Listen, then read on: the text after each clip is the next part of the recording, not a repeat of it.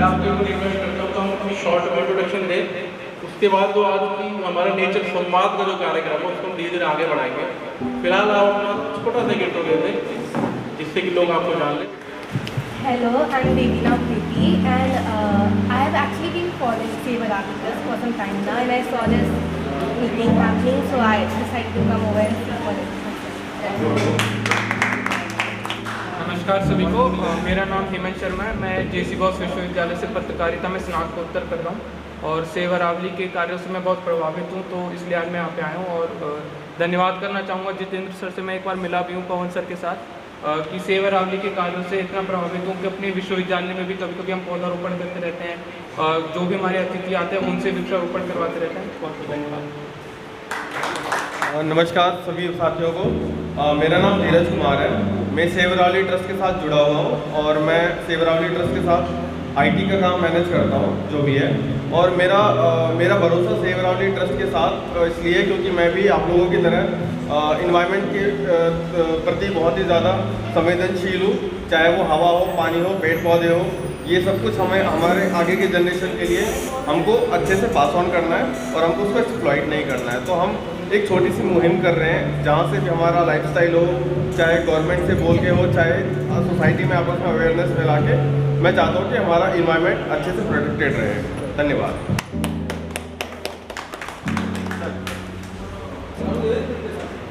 Hello, मेरा नाम मनिंदर सिंह जौहर है और 3 साल पहले एक अरावली यात्रा में मैं मोहब्बताबाद झरना मंदिर की तरफ गया।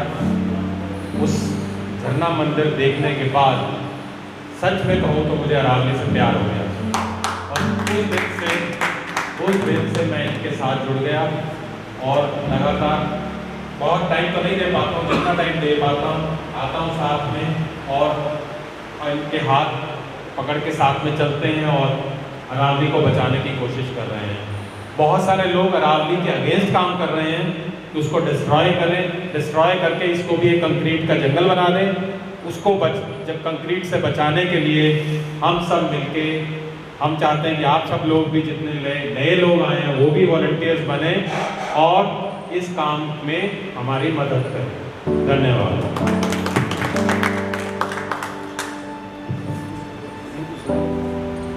मेरा नाम के गौर, सेव अरावली से तो 10-12 साल हो गए हैं जुड़ा हुआ हूँ। Basically I am graduate engineer with MBA। मैं last employment I was director managing with Whirlpool Corporation from where I took VRS in 1996। Aravalli बहुत ज़रूरी है। मेरा जो स्पेशलाइज सब्जेक्ट है that is single use plastic, जिसके ऊपर के मैं expert committee of constituted by Central Pollution Control Board उसका चेयरमैन। रिकमेंडेशन हमने बहुत दी हैं सरकार को, प्राइम मिनिस्टर लेवल तक, इम्प्लीमेंट बहुत कम हुई है। ये हमारा बड़ी अनफॉर्चुनेट पार्ट है, चाहे वो हरियाणा सरकार हो चाहे वो केंद्र सरकार हो। मान लेते हैं हाँ बिल्कुल ठीक है आप करेंगे, हम ये करेंगे वो करेंगे, लेकिन इम्प्लीमेंटेशन की कुछ कंपल्शन है, कुछ पॉलिटिकल कंपल्शन है, कुछ दूसरी होती है, कुछ इलेक्शन का टाइम। 3 चीज़ें तो ऐसी बता रहा हूँ मैं, वो कह रहे थे इलेक्शन हो गए तो फिर कर देंगे, ठीक है अभी नहीं कर सकते। एनीवे, तो एक जो ये जितेंद्र से मेरी कई दफ़ा बात हुई है, गिरदी साहब से मैं बात करता रहता हूँ, साहब से जुड़ते हैं, तो इस चीज़ को एक ज़रूरी जो है हमें एक मास मूवमेंट बनाना पड़ेगा, तभी होगा। ये सिर्फ एक इवेंट हो गई, फ़ोटो खिंच गई, अखबार में छोटी सी खबर आ गई किनारे के अंदर और फिर भूल गए। इस चीज़ से थोड़ा सा हट के एक बड़ा अच्छा इनिशिएटिव शुरू किया था, every Saturday something like that evening में, वो फिर इलेक्शन की वजह से शायद रुक गया था। तो हम बाकी सब ये डिस्कस करेंगे अभी टाइम में, ज़्यादा टाइम और लोगों ने इंट्रोडक्शन देनी है कि मेरा सिर्फ ये है कि इसको हम मास मूवमेंट कैसे बनाएं। क्या स्कूल कॉलेजेस में जाना पड़ेगा, क्या ऑफिस में जाएं, क्या नुक्कड़ मीटिंग करें, समथिंग लाइक दैट। इस तरह करके कि जितने आदमी हम बैठे हैं अगर 5-5 भी सब जोड़ते जाएँ, आगे आगे चलती जाए, तो बिकम मास मूवमेंट बन जाए। फिर सरकार किसी की हो, कांग्रेस की हो, बीजेपी हो, उनको करना पड़ेगा। Thank you. एक साथी ने अभी बात की है कि जनरेटर पे जैसे NGT ने वो लगाया, बैन लगाया है, डीजल जनरेटर सेट पे पॉल्यूशन के कारण। एयर पॉल्यूशन के विषय पे अभी हम बात कर रहे हैं तो मैं उसी तक सीमित रहूँगा।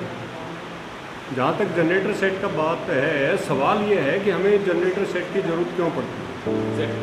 मतलब आप जनरेटर सेट पर तो बैन लगा रहे हैं, आप उन महकमों पे, उन डिपार्टमेंट्स में कोई उन पर पेनल्टी नहीं है कि आपकी सर्विसेज क्यों पुअर हैं, आपकी बिजली 24 घंटे प्रॉपर फ्रिक्वेंसी के साथ क्यों नहीं आ पा रही है, क्यों नहीं दे पा रहे हो, आप उनके ऊपर कोई सवाल नहीं उठा रहे।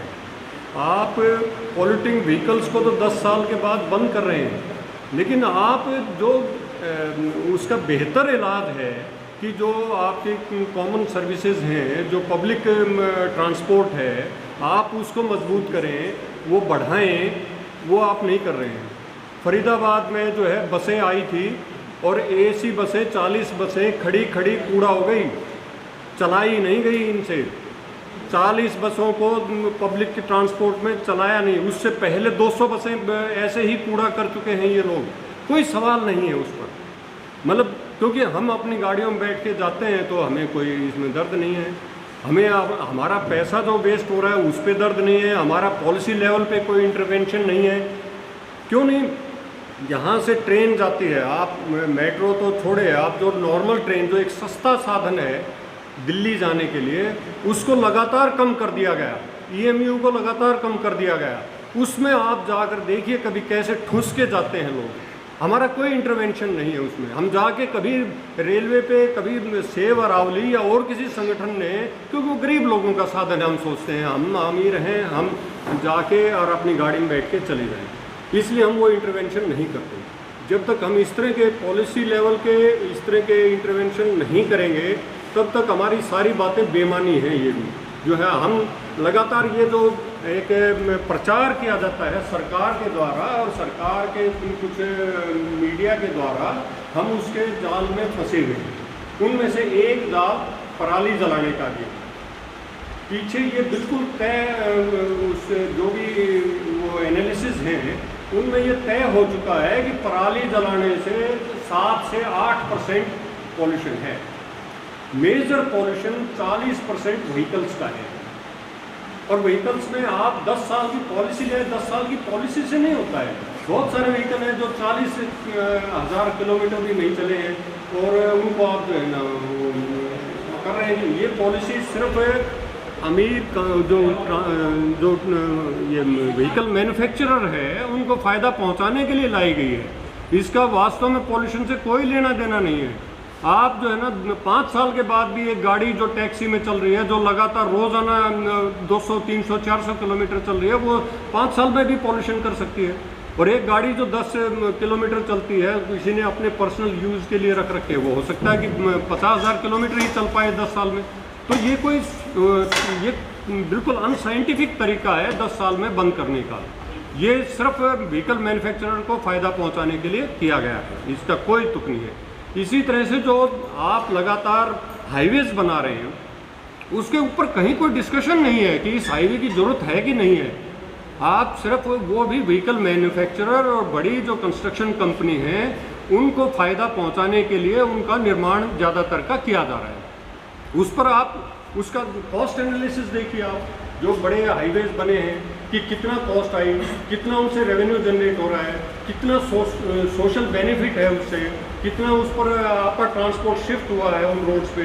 कोई सवाल ही नहीं है किसी पर, किसी ने कोई एनालिसिस ही नहीं किया है। आप लगातार बस उसको उपलब्धि गिना रहे हैं, हमने इतने हाईवेज बना दिए, हमने ये कर दिया, और आप उसके ऊपर वोट चाहते हैं। आप हमारा पैसा उस पर वेस्ट कर रहे हैं और हमारे से वोट चाहते हैं आप।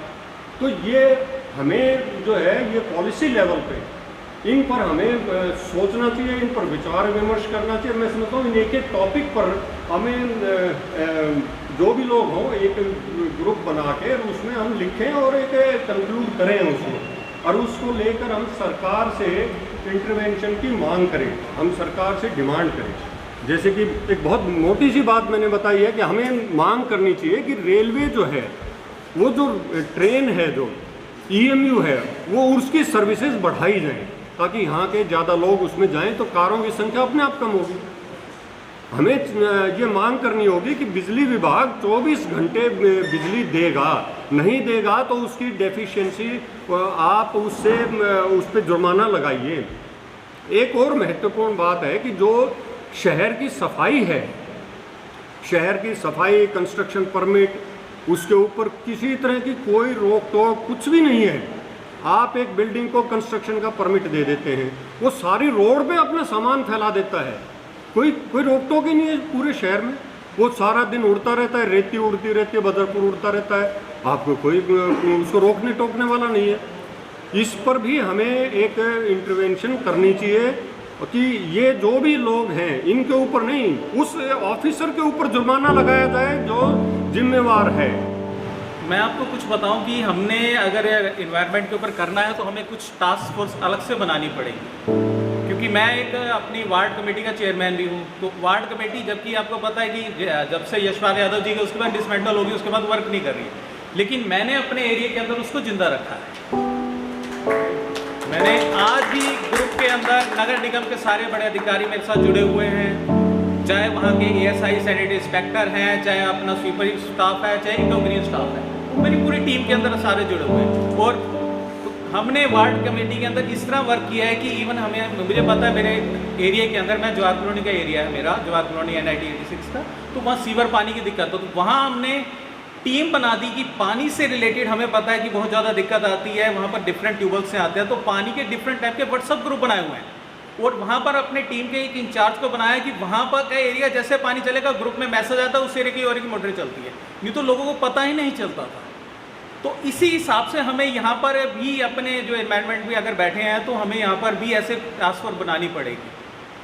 अगर मैं अगर रोड के ऊपर भी कहूँ तो रोड का जो इस टाइम है, जो पोल्यूशन सबसे ज़्यादा हो रहा है माइक्रो पोल्यूशन, अगर आपको पता है, आप सारे जानते हैं एनवायरनमेंट में माइक्रो पोल्यूशन खासकर रबड़ से रिलेटेड बहुत ज़्यादा हो रहा है। सीमेंटेड रोड के अगर मैं कहूँ तो उसके खिलाफ होता हूँ मैं। सीमेंटेड रोड चाहे उसकी लाइफ ज़रूर होती है, अच्छी होती है कि कह देते हैं, लेकिन जो है हमारे लिए बहुत ज़्यादा डेंजरस है। माइक्रो रबर्स जितनी हमारी पोल्यूशन के थ्रू अंदर जा रही है, हम हवा की पोल्यूशन बाहर का तो देख रहे हैं कि पेड़ कट रहे हैं, दूसरे कर रहे हैं, लेकिन जो इन्वायरमेंट ये हम यहाँ पर क्रिएट कर रहे हैं, इन रोड्स की अपना जगह जगह बनवा रहे हैं, उससे ये रबड़ हमारे ही अंदर जा रही है। और सारी आजकल जितनी दमा और कैंसर तक बीमारियाँ आ रही हैं वो हमारी इसी किसी रीज़न से आ रही है, इसी पोल्यूशन की वजह से आ रही है। यही पानी के थ्रू आ रही हैं, यही हमारे हवा के थ्रू आ रही है। तो हमें इनके ऊपर भी वर्क करना है। तो मैं चाहता हूँ कि सेव अरावली इस टाइप की एक टीम भी बनाएं जो स्पेसिफिक, जैसे हमारे पास प्लास्टिक से रिलेटेड उन्होंने बनाई हुई आगे टास्क फोर्स करती है, और पेड़ पौधे लगाने से रिलेटेड भी है, तो इन चीज़ों की जागरूकता भी लगाए, इन चीज़ों को करें। सरकार को भी जगह जगह प्रेजेंटेशन दे कि माइक्रो प्लास्टिक्स है, इनको कैसे अपना रिड्यूस किया जाए, जो एनवायरनमेंट से रिलेटेड, इससे रिलेटेड भी अपना अवेयरनेस ज़रूर देनी चाहिए।